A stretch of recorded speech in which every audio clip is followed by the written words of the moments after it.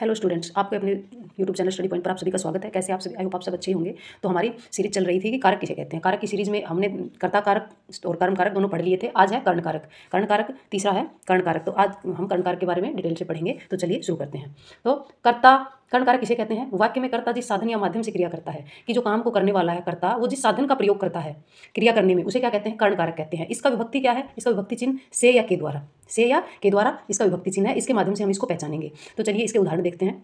सबसे पहला, बच्चा बोतल से दूध पीता है। बच्चा क्या कर रहा है? दूध पी रहा है। और माध्यम क्या है? साधन क्या है? किस साधन का प्रयोग कर रहा है वो? बोतल का।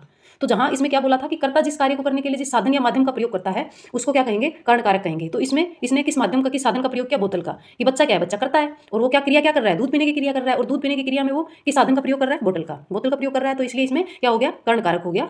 बोतल से, ये से या के द्वारा इसका चिन्ह था तो ये से भी आ रहा है इसमें। तो इसमें क्या हो गया? कर्ण कारक हो गया। फिर अगला अगला कौन सा है? बढ़ई ने आरी से लकड़ी काटी। बढ़ई ने लकड़ी काटने के लिए किसका प्रयोग किया? आरी का प्रयोग किया। तो बढ़ई क्या हो गया? इसमें कर्ता हो गया। और लकड़ी क्रिया क्या हो रही है? लकड़ी को काटने की। और लकड़ी को काटने के लिए वो किस साधन का प्रयोग कर रहा है? आरी का। तो इसमें आरी में क्या हो गया? कर्ण कारक हो गया। आरी से, ये विभक्ति चिन्ह आ गया से। तो ये हो गया कर्ण कारक। अब इसके बाद हम नेक्स्ट देखते हैं। अब नेक्स्ट कौन सा है? संप्रदान कारक। नेक्स्ट कौन सा? संप्रदान कारक। संप्रदान कारक में क्या है? जिसके लिए कुछ किया जाए या उसे कुछ दिया जाए। मतलब इसमें किसी के लिए कुछ करना या कुछ देना, जैसे दान देना है। तो देने के अर्थ में क्या होती है? संप्रदान कारक होता है। देने के अर्थ में कौन सा कारक यूज करते हैं हम? संप्रदान।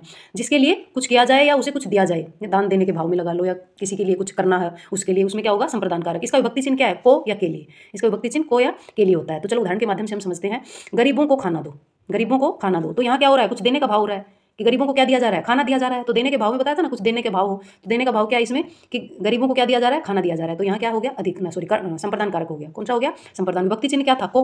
तो ये को हो गया। फिर पिताजी मेरे लिए क्या लाए? उपहार लाए। तो यहाँ क्या हो गया? कुछ लाने का भाव हो गया। तो पिताजी क्या दे रहे हैं बच्चे को? उपहार दे रहे हैं ना। तो इसमें के लिए आ गया। तो पिताजी मेरे लिए उपहार लाए। तो इसमें भी क्या हो गया? संप्रदान कारक हो गया।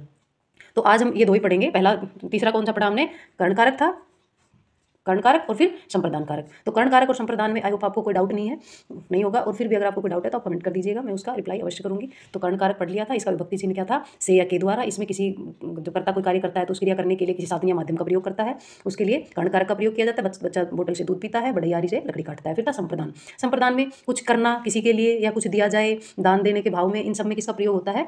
संप्रदान कारक का। तो संप्रदान में जैसे गरीबों को खाना दो, मेरे पिताजी मेरे लिए उपहार लाए। तो ये सब इनमें क्या हो गया? ये इसके विभक्ति चिन्ह भी साथ में देख लो। तो आई होप आपको इतना समझ में आ गया होगा। तो आज के लिए इतना ही। अब नेक्स्ट वीडियो में हम बात करेंगे अपादान कारक और संबंध कारक की।